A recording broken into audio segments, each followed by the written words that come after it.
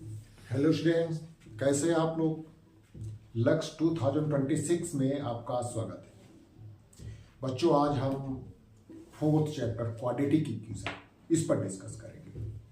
तो quadratic equation और quadratic polynomial में बहुत सारी पोर्शन, बहुत सारी चीज़ें सेम रहेंगी।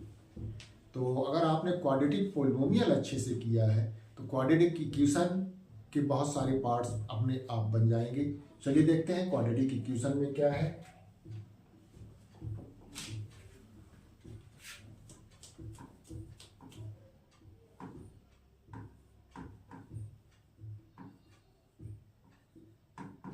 क्वाड्रेटिक इक्वेशन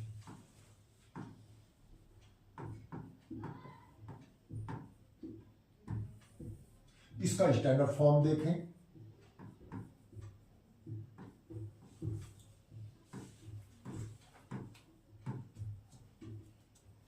क्वाड्रेटिक इक्वेशन का स्टैंडर्ड फॉर्म है ax² plus bx plus c equal to 0 where a not equal to 0।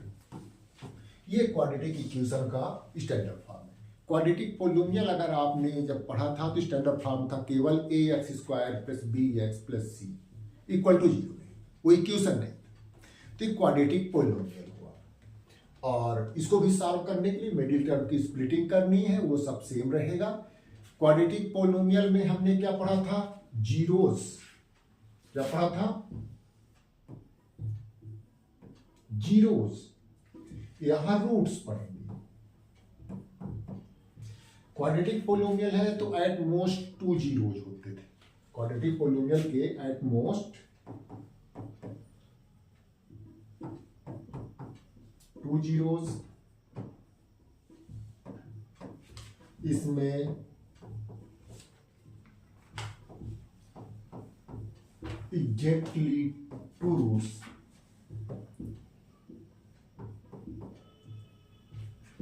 जब क्वाड्रेटिक पोलिनोमियल के जीरो निकालने होते थे तो जीरो जो वैल्यूज होती थी, जहां पर क्वाड्रेटिक पोलिनोमियल की वैल्यू जीरो आ जाए तो हम क्वाड्रेटिक पोलिनोमियल को जीरो के इक्वल रखते थे। इस तरह से वो इक्वेशन बन जाता था और फिर हम एक्स के लिए सॉल्व करते थे। और यही काम यहाँ रूट्स निकालने में करेंगे, लेकिन एट मोस्ट 2 जीरोस और एग्जैक्टली 2 रूट्स का क्या मतलब है? तो अगर 2 जीरोस सेम आ गए, 2 जीरोज अगर सेम आ गए तो उनको हम एक सिंगल जीरो काउंट करते थे क्वाड्रेटिक पोलिनोमियल में। ध्यान रखें, जब ऐसा केस आ रहा हो, सपोज ये 2 पॉइंट है और इसके कोऑर्डिनेट 2 जीरो है, ठीक है ना, तो 2 जीरोज हो जाते थे 2 2, उनको हम सिंगल जीरो काउंट करते थे क्वाड्रेटिक पोलिनोमियल की जब तक बात आएगी। अब क्वाड्रेटिक इक्वेशन में हम 2 रूट्स काउंट करेंगे 2 एंड 2, ठीक है। तो जब रूट दोनों सेम हो जाए उस केस में हम दोनों को 2 डिफरेंट रूट्स मानते हैं, 2 रूट्स काउंट करते हैं और क्वाड्रेटिक पोलिनोमियल के केस में एक सिंगल जीरो उसको काउंट करते हैं। तो यहां देखें relation between zeros, coefficients and roots.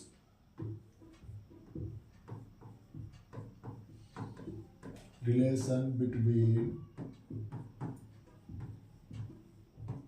Roots and coefficients. तो रूट्स हम यहां पोलिनोमियल जैसे 2 रूट्स ले लेंगे, अल्फा बीटा एग्जैक्टली 2 रूट्स होते हैं। कोफिशिएंट्स क्या क्या है यहां? A b c. कोफिशिएंट यहां फिक्स है notation, a stand for coefficient of x square and b is coefficient of x and c is constant term. तो यहां सम ऑफ जीरोस आप एस लिख सकते हैं या उसको आप अल्फा प्लस बीटा लिख लें, वो होगा सेम वही माइनस बी अपॉन ए। और दूसरा प्रोडक्ट ऑफ जीरोस आप उसको अल्फा इंटू बीटा लिख सकते हैं, वो होगा सी अपॉन ए। तो यहां तो कोई फर्क नहीं है, वही है। अब quadratic equation when quadratic polynomials when roots are given.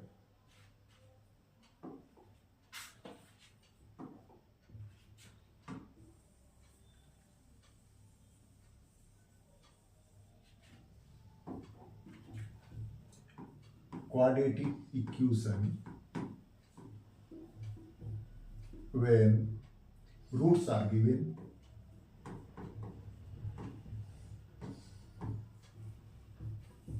जब रूट्स दिए गए हों तो क्वाड्रेटिक इक्वेशन का फार्मूला होगा x square minus alpha plus beta x plus alpha beta equal to 0, या इसी को लिख सकते हैं x square minus S x, s is the sum of zeros and plus p product of zeros equal to 0।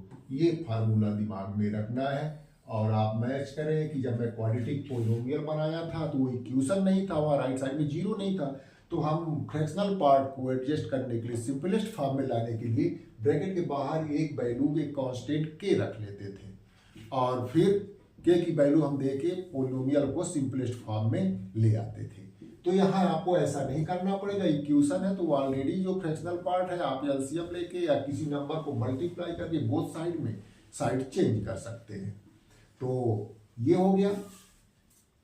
आगे के concept पर आते हैं। क्वाड्रेटिक फार्मूला,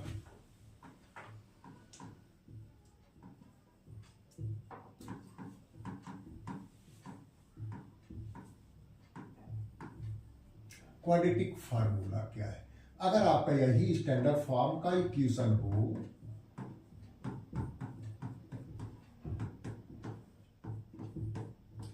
तो स्प्लिटिंग करके तो आप रूट्स निकाल सकते हैं और direct formula quadratic formula use करेंगे, दोनों रूट्स डायरेक्ट आ जाएंगे, minus b plus minus root b square minus 4ac upon 2a। ये फार्मूला दोनों रूट को अपने आप में इंक्लूड किया हुआ है। यहाँ प्लस और माइनस दो साइन ली गई हैं, तो एक बार जब प्लस साइन लेके चलेंगे तो दूसरी वैल्यू मिलेगी, वो एक रूट होगा, और जब नीचे वाली साइन ले लेंगे तो दूसरा रूट मिल जाएगा। यानी सेपरेटली अगर लिखना चाहें तो एक वैल्यू या अल्फा जो जिसको हम कहते हैं वो होगा minus b plus root b square minus 4ac upon 2a। दूसरे को आप अगर बीटा से डिनोट करते हैं तो माइनस बी या माइनस साइन ले लेंगे, minus root b square minus 4ac upon 2a। जरूरी नहीं कि हम इसको प्लस लें, प्लस वाले को अल्फा या माइनस वाले को बीटा, वो तो हम सेपरेटली डिनोट कर लेते हैं किसी को। तो इस तरह से अल्फा और बीटा की दो वैल्यू हो गई, इसको हम कहते हैं क्वाड्रेटिक फार्मूला। अब आते हैं एक चीज डिस्क्रिमिनेंट पर।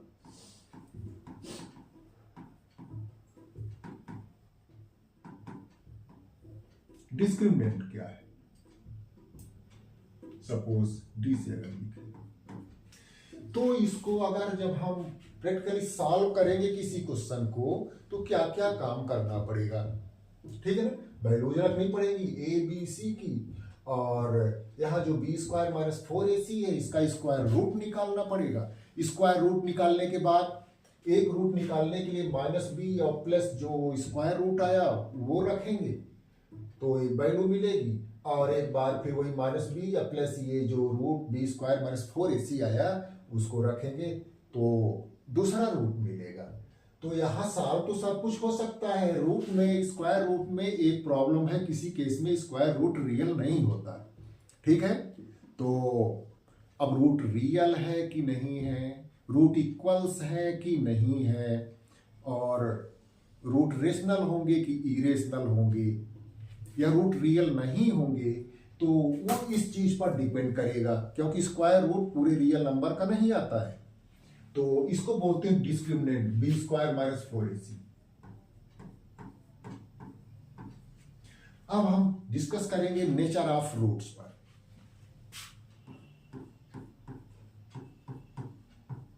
नेचर ऑफ रूट्स, तो सपोज करें ये जो डिस्क्रिमिनेंट है बी स्क्वायर माइनस 4ac अगर 0 आ गया तो स्क्वायर रूट भी 0 होगा, ठीक है? स्क्वायर रूट भी 0 होगा, और उस केस में अगर माइनस बी में 0 को ऐड करेंगे तो सेम नंबर मिलेगा, और माइनस बी में 0 को सब्ट्रैक्ट करेंगे तो भी सेम नंबर मिलेगा। ठीक है, यानी अगर स्क्वायर रूट माइनस अगर बी स्क्वायर माइनस 4ac 0 हो रहा है तो दोनों रूट्स इक्वल होंगे, तब तो इसका रोल ही नहीं रह जाएगा। तब इसका क्या होगा, इसका रोल ही नहीं रह जाएगा, खत्म कहानी। प्लस और माइनस करना था वो खत्म कहानी। तो नेचर ऑफ रूट्स के लिए if b square minus 4ac equal to 0, तो 0 का रूट निकलता है, स्क्वायर रूट निकलता है और रियल होता है, तो रूट्स क्या हो जाएगा, रियल एंड इक्वल। दोनों रूट रियल होंगे, इक्वल होंगे, दोनों कितने कितने होंगे। तो इसी क्वेश्चन में देख लें, ये बी स्क्वायर माइनस 4ac को 0 रख के देखें, माइनस बी अपॉन 2a बचता है। ठीक है ना, यानी उस केस में दोनों रूट्स आपके अल्फा भी माइनस बी अपॉन 2a होगा और बीटा भी माइनस बी अपॉन 2a होगा, दोनों इक्वल। तो ये बात कंफर्म हो तो आगे बढ़े। ये क्वेश्चंस कई जगह इस फार्मूला यूज होगा ये वाला। अब दूसरा केस देखते हैं, b square minus 4ac greater than 0, 0 से बड़ा आए कोई पॉजिटिव नंबर आए।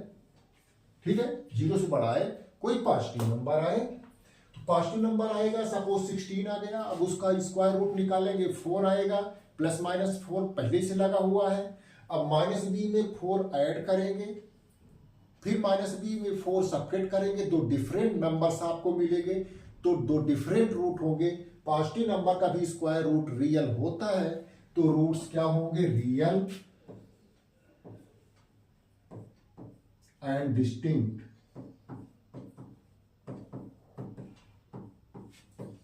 रियल होंगे, डिस्टिंक्ट होंगे। ठीक है, अब इन दोनों को अगर मैच करें, अगर आपसे केवल पूछी कि रियल रूट की क्या कंडीशन है, तो रियल रूट्स कब कब होता है, b square minus 4ac equal to 0 पर रियल होता है, और b square minus 4ac greater than 0 पर रूट्स रियल होते हैं। ठीक है, यानी 0 आने पर डिस्क्रिमिनेंट 0 आने पर रूट्स रियल होंगे, डिस्क्रिमिनेंट पॉजिटिव आने पर रूट्स रियल होंगे। तो रियल रूट की कंडीशन, रियल रूट्स, इन दोनों को समराइज कर रहे हैं, b square minus 4ac greater और इक्वल टू 0। ठीक है, तो ये चीज दिमाग में रखना, अगर केवल रियल की बात करता है तो b square minus 4ac greater than 0 और इक्वल टू 0, तो ये कंडीशन हो गई। अच्छा, चलते हैं आगे। अब इसी में अभी डिस्कस कर लेते हैं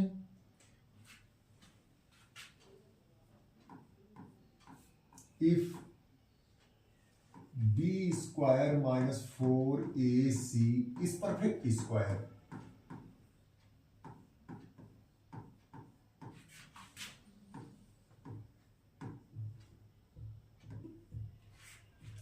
परफेक्ट स्क्वायर नंबर या square number.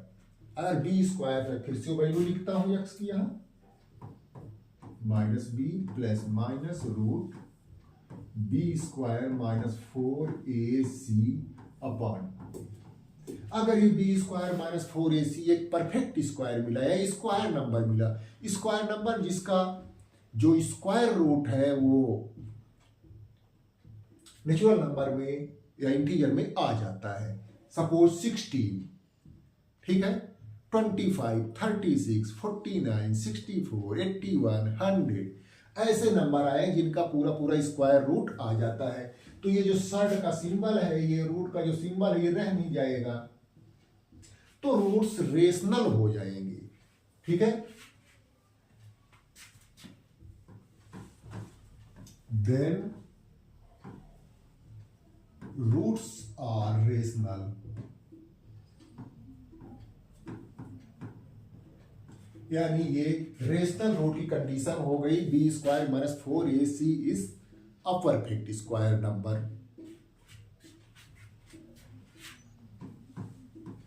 If b square minus 4ac is not perfect square, अगर बी स्क्वायर माइनस 4ac कोई परफेक्ट स्क्वायर नंबर नहीं आता, 20 आ जाता है, 10 आ जाता है, 14 आ जाता है, 15 आ जाता है, तो आप जानते हैं ऐसे नंबर इरेशनल हो जाते हैं। ठीक है, ऐसे नंबर क्या हो जाते हैं? इरेशनल हो जाते हैं। तो then roots are irrational.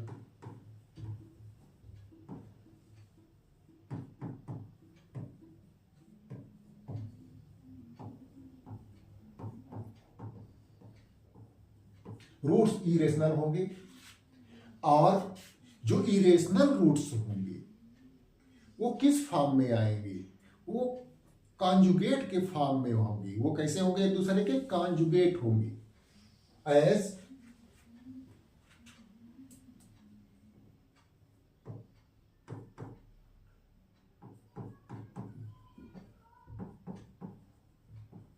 irrational roots are always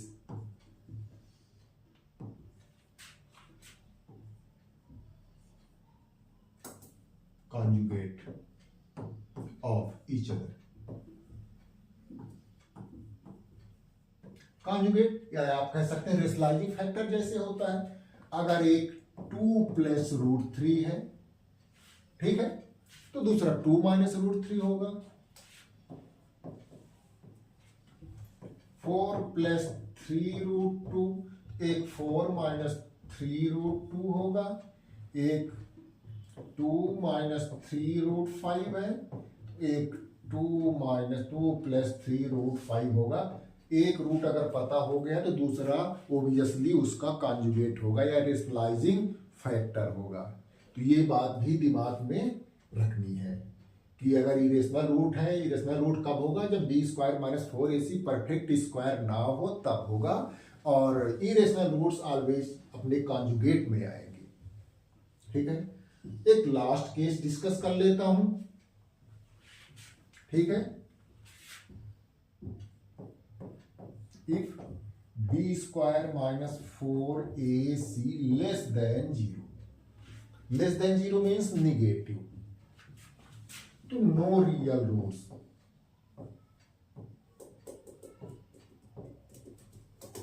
उसके रूट्स रियल नहीं होंगे। मैं ये नहीं कह रहा हूं कि उसके रूट्स नहीं होंगे। तो अगर कहीं आपको किसी बुक में या किसी कहीं लिखा मिले कि b square minus 4ac less than 0 then quadratic equation has no roots, तो वो सेंटेंस गलत होगा। रूट्स है इसके, रियल रूट्स नहीं है, वो इमेजिनरी रूट्स होंगे। और इमेजिनरी नंबर अगर आप मैथ्स पढ़ेंगे तो 11th में आपको पढ़ाया जाएगा। तो रूट्स है, इसके भी रूट्स है, एग्जिस्ट करते हैं, रियल रूट्स नहीं, रियल नंबर में उसके रूट्स नहीं है। तो इतना इसका कॉन्सेप्ट हुआ। अब इसे कुछ क्वेश्चंस, तो जो कॉन्सेप्ट बेस पर क्वेश्चन है उनको तो आप कॉन्सेप्ट अपना अच्छे से तैयार रखें, आसानी से कर सकते हैं। मैं कुछ क्वेश्चन लिखा हूं। If alpha equal to 2 plus root 3, beta equal to 2 minus root 3। एक क्वेश्चन देखता हूं। 2 प्लस रूट 3 और 2 माइनस रूट 3 किसी क्वाड्रेटिक इक्वेशन के रूट्स हैं, then find the quadratic equation. तो वो आप alpha plus beta, alpha into beta, वो फॉर्म आप यूज कर लेंगे। आप सम ऑफ जीरो निकालें। Suppose this is alpha and this one is beta. Sum of zero निकाल ले, यस, पहले निकाल के रख लें alpha plus beta, 2 plus root 3 and plus 2 minus root 3। Root 3 and root 3 are cancel, 4। और प्रोडक्ट ऑफ जीरो निकाल लें, P alpha into beta, 2 plus root 3, 2 minus root 3, a plus b, a minus b के form में a square minus b square होगा, 4 minus 3 आएगा 1। और quadratic equation का formula, then quadratic equation is x square minus S x या alpha plus beta x plus P equal to 0। ठीक है, यहां वैल्यूज पुट कर देता हूं। X square minus 4x plus 1, तो ये आपका क्वाड्रेटिक इक्वेशन हो जाएगा। फिर अगले क्वेश्चन की ओर चलता हूं। एक क्वाड्रेटिक इक्वेशन दिया 3x square minus 10x plus k equal to 0।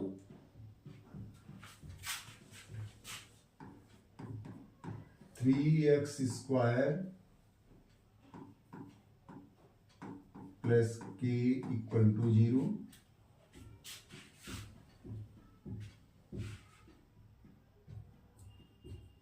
ठीक है, वैल्यू आपके for which has reciprocal roots, k की वैल्यू निकालना है और इसके रूट्स क्या है, एक दूसरे के रेसिप्रोकल्स हैं, बता दिया है।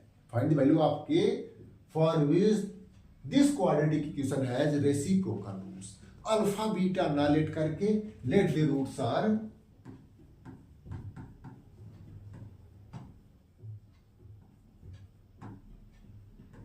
अल्फा एंड 1/अल्फा, या समझो कि पहला अल्फा ही ले लिया, अब बीटा इक्वल टू 1/अल्फा ले लिया। अब आप वो रूट्स और कोफिशिएंट के बीच में रिलेशन ट्राई करें। Sum of zeros means alpha plus 1/अल्फा equal to minus b upon a minus 10/3। यहां से तो क्वाड्रेटिक बन जाएगा। दूसरा रिलेशन ट्राई करता हूं, अल्फा इंटू 1/अल्फा product of zeros c upon a k/3। तो ये तो कैंसिल हो गया, 1 equal to k/3 which implies that k equal to 3। इसी से आ गया k की वैल्यू क्या होगी, 3 होगी। अगर k की वैल्यू 3 है तो c/।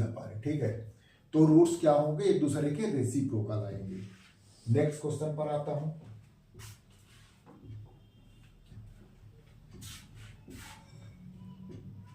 Value of p for which equation px² minus 14x px² minus 14x, ये पोलिनोमियल है आपका, minus 14x plus 8 equal to 0। इसमें p की वैल्यू निकालनी है, कुछ कंडीशंस दिया होगा। One root is 6 times the other. One root is 6 times the other. So let the roots are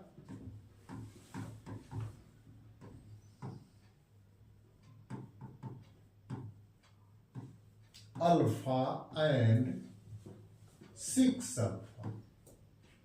alpha एक रूट अल्फा ले लिया और बीटा इक्वल टू 6α ले लिया। अब चलिए देखता हूं, ट्राई करता हूं रिलेशन रूट्स ऑफ कोफिशिएंट्स के। Sum of zeros means alpha plus 6α is equal to minus b upon minus of minus 14 upon P, तो यहीं से आ जाएगा 7α। ठीक है, 14 अपॉन पी, लेकिन यहां अल्फा की वैल्यू नहीं पता है। इस इक्वेशन को ही हम ड्रॉप करते हैं। अगला देखते हैं, alpha product of zeros into 6α c upon 8/p 6α² 8/p। p की वैल्यू निकालनी है। तो अब देखिए दोनों इक्वेशन से हमें दोनों इक्वेशंस को यूज करना पड़ेगा। ठीक है, दोनों इक्वेशन को यूज करना पड़ेगा। तो इस इक्वेशन से आप अल्फा की वैल्यू ले लें 14/7p और ये कट जाएगा। अल्फा की वैल्यू हो जाएगी 2/p और अल्फा की वैल्यू यहाँ 2/p पुट कर ले। दोनों इक्वेशन यहाँ यूज करना पड़ रहा है। तो 6 2/p² इक्वल टू 8/p। ये कितना हो जाएगा, 6 into 4/p² equal to 8/p। चलिए p की साइड चेंज कर देते हैं, 6 4 जा 24 इक्वल टू 8p²/p। तो एक p कट जाएगा, 8p equal to 24 and p equal to 3। p equal to 3। अब p डिनोमिनेटर में आया तो no doubt p not equal to 0 यहां होगा। तो ये क्वेश्चन हुआ है आपका। एक और देख लेते हैं, सॉल्व करना है किसी क्वाड्रेटिक, एक क्वाड्रेटिक इक्वेशन है उसको सॉल्व करना, उसके रूट्स निकालने। x²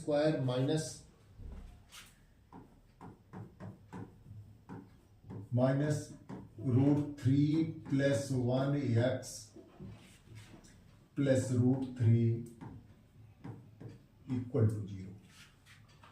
ठीक है, आपको इसके रूट्स निकालने या सॉल्व फॉर एक्स बोले तो ये इस तरह से देखिए, जो मिडिल टर्म है वो दो पार्ट में दिया हुआ है और आप क्या करते हैं, मिडिल टर्म की स्प्लिटिंग करते हैं। तो अगर क्वाड्रेटिक फार्मूला नहीं यूज कर रहे हैं, आप मिडिल टर्म की स्प्लिटिंग कर रहे हैं, तो यहां ज्यादा परेशान होने की जरूरत नहीं, ऑलरेडी स्प्लिटिंग करके ही दिया है। आप इसको ऐसा एक बार लिखे तो x square minus root 3x plus minus में ही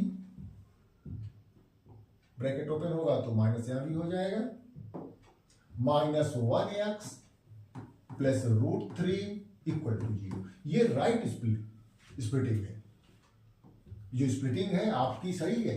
देखिए दोनों ऐड होने पर वही बनेंगे और दोनों टर्म का प्रोडक्ट होगा माइनस 3x और minus x plus 3x square, जो फर्स्ट और लास्ट टर्म का प्रोडक्ट होता है। अब आप दो दो के पेयर में यहीं से कॉमन ले लें, x कॉमन ले लें, ax माइनस रूट 3 यहां बचेगा, माइनस 1 कॉमन ले लें, x minus root 3 equal to 0। Taking x minus root 3 common in out of all, ax minus 1 equal to 0। दोनों फैक्टर्स को, दोनों लीनियर फैक्टर्स को सेपरेटली 0 के इक्वल पुट करें, ax minus root 3 equal to 0 और ax minus 1 equal to 0। यहां देखिए और मैंने क्यों लगाया है कि दो नंबर का प्रोडक्ट है और दो नंबर का प्रोडक्ट अगर 0 है तो एटलीस्ट उनमें से एक 0 होगा। तो हमने ये क्या लिखा है, x minus root 3 equal to 0 और दिस इक्वल टू 0। लेकिन अगर दोनों 0 हो रहे हैं तो भी प्रोडक्ट 0 होगा, कि r की डिफिनेशन में एंड वाला कॉन्सेप्ट ऐड है। ठीक है ना, अगर केवल ये 0 है तो भी, केवल ये 0 है तो भी, और दोनों फैक्टर अगर दोनों लीनियर फैक्टर अलग अलग 0 है तो भी दोनों केसेस में। तो यहां से x की वैल्यू आपकी निकली x इक्वल टू रूट 3, यहां से x इक्वल टू 1। तो ये रूट्स इसके निकल आए, रूट 3 एंड 1। तो कल से हम कुछ वर्ड प्रॉब्लम्स, कुछ रिड्यूसिबल फॉर्म और कुछ टिपिकल क्वाड्रेटिक इक्वेशंस, ऐसे क्वेश्चंस आपको देंगे।